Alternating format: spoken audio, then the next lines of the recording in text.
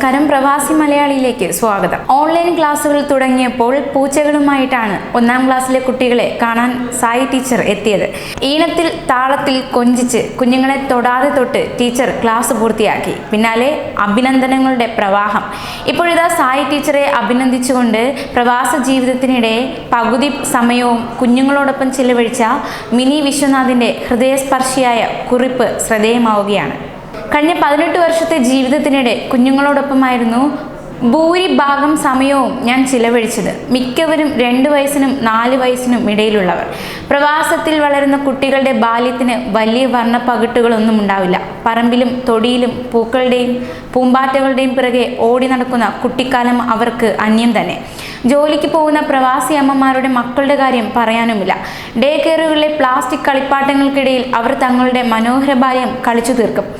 എൻ്റെ കുഞ്ഞുങ്ങൾക്ക് ബാല്യം നഷ്ടപ്പെടുന്നത് എനിക്ക് സഹിക്കാനാവില്ലായിരുന്നു. ചെറിയ മകൾക്ക് അടുത്ത വീട്ടിലെ സമപ്രായക്കാരനെ കളിക്കാൻ കൂട്ടുകിട്ടിയപ്പോൾ സൂപ്പർ ഹീറോകളും തോക്കുകളും ഇല്ലാതെ ഒരു ബാല്യം അവർക്കായി ഞാൻ പ്ലാൻ ചെയ്തു. എൻ്റെ കുഞ്ഞുങ്ങൾക്ക് ബാല്യം നഷ്ടപ്പെടുന്നത് എനിക്ക് സഹിക്കാനാവില്ലായിരുന്നു. ചെറിയ മകൾക്ക് അടുത്ത വീട്ടിലെ സമപ്രായക്കാരനെ കളിക്കാൻ കൂട്ടുകിട്ടിയപ്പോൾ സൂപ്പർ ഹീറോകളും തോക്കുകളുമല്ലാത്ത ഒരു ബാല്യം അവർക്കായി ഞാൻ പ്ലാൻ ചെയ്തു. ഫ്ലാറ്റിൻ്റെ പരിമിതിക്കുള്ളിൽ നിന്നുകൊണ്ട് ഞാനവർക്ക് നാട്ടിലെ മഴയെയും പൂക്കളെയും കാടിനെയും പുഴയെയും പരിചയപ്പെടുത്തി. ആനയും ആടും പട്ടിയും പൂച്ചയുമായി അഭിനയിച്ചു, ശബ്ദമുണ്ടാക്കി. അവരുടെ ഓർമ്മകളിൽ നിറങ്ങളും വർണ്ണങ്ങളും വാരി നിറച്ചു. പൂജയും ജോയിലും വലുതായപ്പോൾ അവർക്ക് പിന്നാലെ മറ്റു കുഞ്ഞുങ്ങൾ എന്നെ തേടിയെത്തി. നിയോഗമെന്ന് പറയുന്നത് പോലെ കുട്ടികളോടൊപ്പമായി ജീവിതം. TV കാണിക്കാതെ കളിപ്പാട്ടങ്ങൾക്കിടയിൽ ഒരുപാട് സമയം കളയാതെ ഞാൻ അവരെ ഓടിച്ചു, ചാടിച്ചു, കളിപ്പിച്ചു, പഠിപ്പിച്ചു.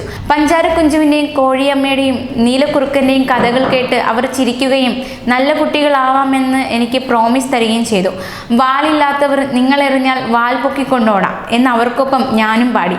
കുഞ്ഞുങ്ങളുടെ കൂടെ ജീവിച്ചതുകൊണ്ട് അവരുടെ ഉള്ളിൽ ലോകത്തെക്കുറിച്ചും ജീവിതത്തെക്കുറിച്ചും ശരിയായ കോൺസെപ്റ്റുകൾ നിറയ്ക്കുന്നത് എളുപ്പമല്ല എന്ന് എനിക്ക് നന്നായി അറിയാം.